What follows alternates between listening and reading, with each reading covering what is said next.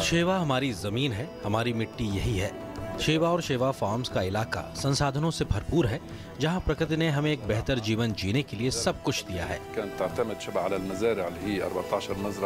यहाँ की मिट्टी बेहद उपजाऊ है, लेकिन हमारी ये ज़मीन अब हमारे पास नहीं।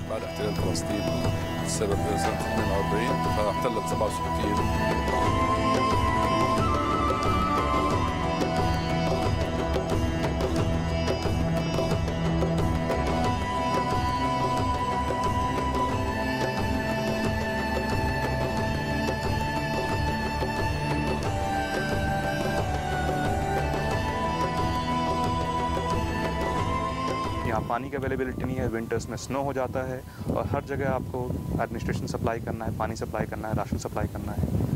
जब पानी नहीं है और आपके लोग ऑपरेट कर रहे हैं, ये सब चीज़ें ऑपरेशनल रियलिटीज़ जो मैंने बताया, ब्लू लाइन एयरमार्क नहीं है, पुट टुगेदर सिचुएशन को बहुत ही डिफ़िकल्ट बनाता है और हर एक सोल्जर जो ग्राउंड पर है उसको प्रिसाइसली मालूम होना चाहिए और होता भी है कि कैसे ऑपरेट करना है। जो शिबा विलेज है ये है साउथ ईस्टर्न बॉर्डर लेबनान के एरिया में लोकेटेड है।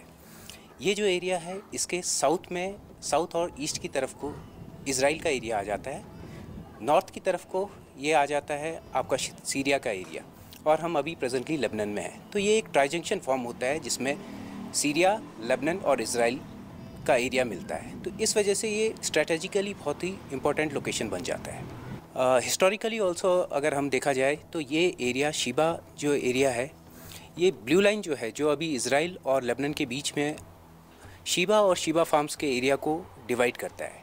शिबा फार्म्स हिस्टोरिकली जो शिबा के लोग थे वो शिबा फार्म्स में जाके खेती करते थे, बट बाद में शिबा के विलेजर्स को वहाँ जाना बंद हो गया। तो इससे क्या हो गया, अभी ये एरिया शिबा फार्म्स का एरिया इज़राइल के ऑक्यूपेशन में है और जबकि लेबनान ये क्लेम करता है कि ये एरिया शिबा फार्म्स का एरिया हमारा है, जिस वजह से ये एक मेजर डिस्प्यूट है इज़राइल और लेबनान के बीच में।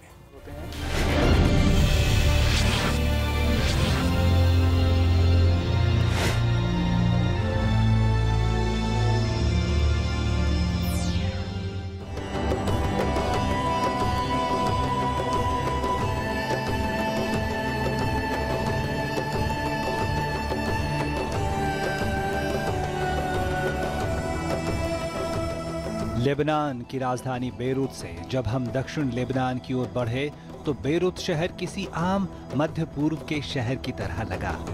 जगह जगह लेबनान का राष्ट्रीय झंडा लहरा रहा था।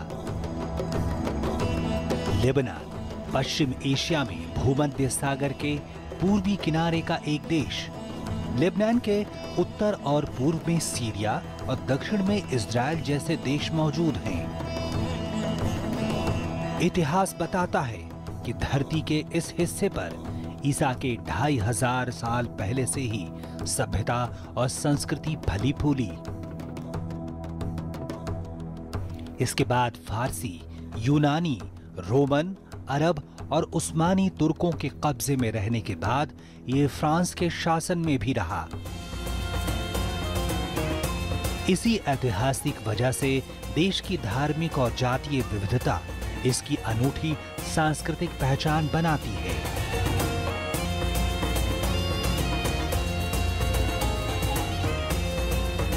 बेरूत से जैसे जैसे हम लेबनान के दक्षिण की ओर बढ़े, पहाड़ियों का रास्ता आता गया। खूबसूरत पहाड़ियां, खूबसूरत लैंडस्केप, लेकिन यहां हरियाली थोड़ी कम थी, मिट्टी पथरीली थी। ये इलाका है दक्षिण लेबनान का, जिसकी सीमाएं लगती हैं इजराइल के साथ। हम आ पहुंचे थे शेबा इलाके में। इस वक्त मैं दक्षिण लेबनान के शेबा इलाके में खड़ा हूं, जिसे शेबा फार्म्स भी कहा जाता है, इसलिए कि इलाका बेहद उपजाऊ है। लेकिन ये इलाका अंतर्राष्ट्रीय राजनीति के लिहाज से भी, खासकर जो पश्चिम एशिया, जो मिडिल ईस्ट है, उसके लिहाज से कहा जाए तो राजनीति का, कूटनीति का केंद्र भी है। शेबा फार्म्स का ये इलाका पिछले लगभग 50 सालों से विवादों के घेरे में है, या कहा जाए अंतर्राष्ट्रीय राजनीति का भी एक गढ़ बना हुआ है। साल 2006 में इजराइल और लेबनान के हिजबुल्ला के बीच बड़े स्तर पर हिंसा देखी गई। इसके बाद से यूएन के रेजोल्यूशन 1701 के तहत इजराइल ने कई इलाकों से सैनिक हटाए और इन इलाकों में लाइन ऑफ विड्रॉल के जरिए इन लोगों की जिंदगी काफी हद तक बदल गई। यूएन पोस्ट 4-7 चार्ली ये यूनिफिल का ईस्टर्न मोस्ट पोस्ट है, जो कि यूनिफिल और लेबनान के साउथ ईस्टर्न बॉर्डर के साथ में लोकेटेड है। ये यूएन पोस्ट 1978 में नॉर्वेजियन बटालियन ने इस्टेब्लिश किया था और 1998 से इनबैट इस एरिया में है। ये पोस्ट जनरल एरिया शीबा में लोकेटेड है।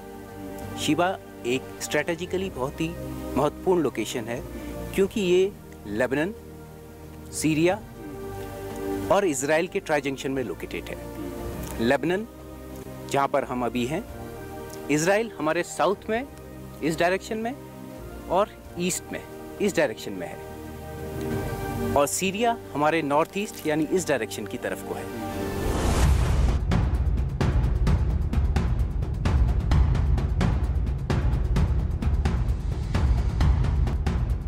अरब देशों और इजराइल के बीच एक भीषण युद्ध की शुरुआत हुई। इजरायली वायुसेना ने मिस्र में तबाही मचा दी तो मिस्र के विमानों और टैंकों ने इजराइल पर जबरदस्त हमला किया। मिस्र के सैन्य अड्डों को भारी नुकसान हुआ। मिस्र के साथ Syria, Iraq, Kuwait, Sudan, Algeria, Yemen और फिर सऊदी अरब ने युद्ध में इजराइल के खिलाफ मोर्चा खोल दिया। जॉर्डन ने भी मिस्र के समर्थन में अपनी सेना भेजने का फैसला किया। इजराइल ने कई हमलों के जरिए दमिश्क के एयरपोर्ट को निशाना बनाया। लड़ाई के दौरान इजराइल ने मिस्र से गाजा पट्टी और सिनाई, जॉर्डन से वेस्ट बैंक और पूर्वी यरूशलेम और सीरिया से गोलन हाइट्स की पहाड़ियों को छीन लिया।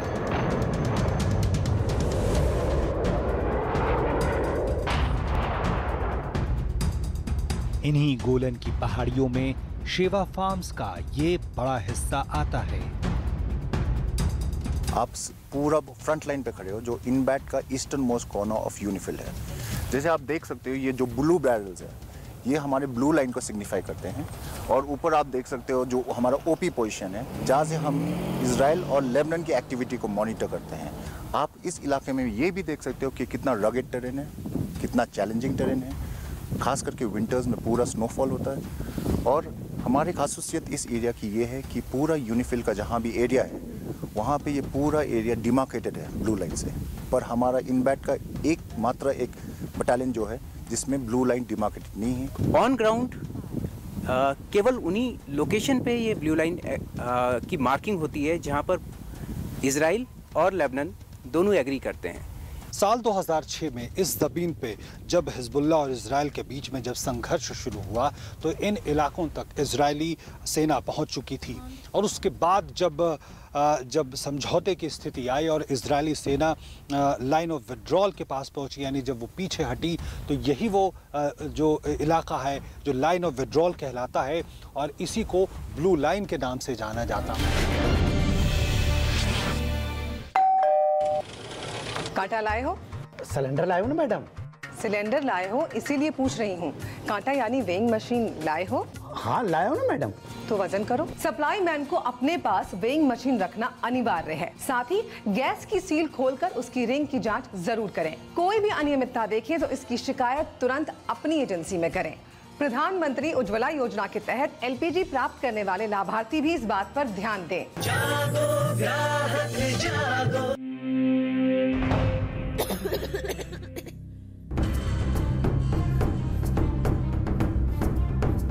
मुझे बचा लो पापा, मुझे बचा लो पापा। जब आप अपने बच्चे को ऐसे नहीं देख सकते तो दूसरे बच्चों से कैसे काम करवा सकते हैं? 14 साल से कम उम्र के बच्चों से काम करवाना एक दंडनीय अपराध है, जिसके लिए आपको जुर्माना या जेल भी हो सकती है। बाल श्रम को कहें ना। 2 प्लेट मटर पनीर, 2 मलाई कोफ्ता और रोटी। मैं बिरयानी भी लूंगी। और मैं एक नूडल्स मंचूरियन। इतना काफी होगा ना हम तीनों के लिए? सर, हमारी एक प्लेट की क्वांटिटी के हिसाब से एक प्लेट सफिशिएंट रहेगी। कम पड़े तो आप फिर ऑर्डर कर सकते हैं। ठीक है, हम फिर मंगा लेंगे। हाँ, खाने की बर्बादी बचेगी और हमारे पैसे भी। बिल्कुल ठीक। होटल या रेस्टोरेंट जाएं तो खाने की मात्रा का भी हिसाब लगाएं, फिर उतना ही मंगाएं कि बेकार न जाए, खाने की बर्बादी बचाएं।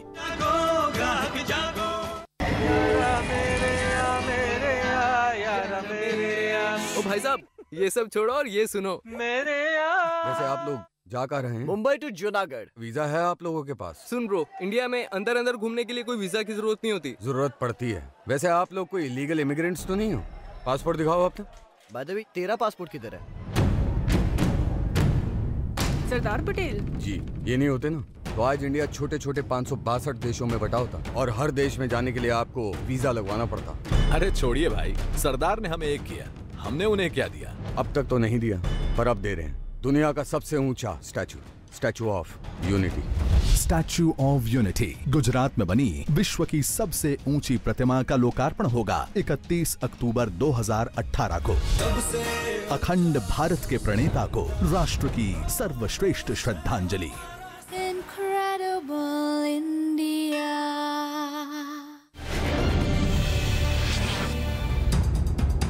1970 के शुरुआती महीनों में ही फिलिस्तीन लिबरेशन ऑर्गेनाइजेशन की इजराइल में हिंसक गतिविधियों की वजह से इजरायली लेबनान सीमा पर तनाव बनने लगा था। नतीजा ये हुआ कि 14 मार्च 1978 को इजरायली सेना दक्षिण लेबनान के टायरे शहर से लेकर इन इलाकों तक आ पहुंची। संयुक्त राष्ट्र सुरक्षा परिषद में लेबनान के जबरदस्त विरोध के बाद यूनिफिल यानी United nation interim force in Lebanon का अस्तित्व सामने आया और शांति रक्षक मार्च 1978 के अंत में दक्षिण लेबनान पहुंचने लगे। सुरक्षा परिषद ने इजरायल को तुरंत ही दक्षिण लेबनान में अपनी सैनिक गतिविधियां बंद करने को कहा ताकि शांति वापस लौटाई जा सके। शांति रक्षकों की वजह से अमन चैन तो बहाल हुआ, लेकिन 1982 और फिर 1985 में युद्ध जैसे माहौल बनते रहे।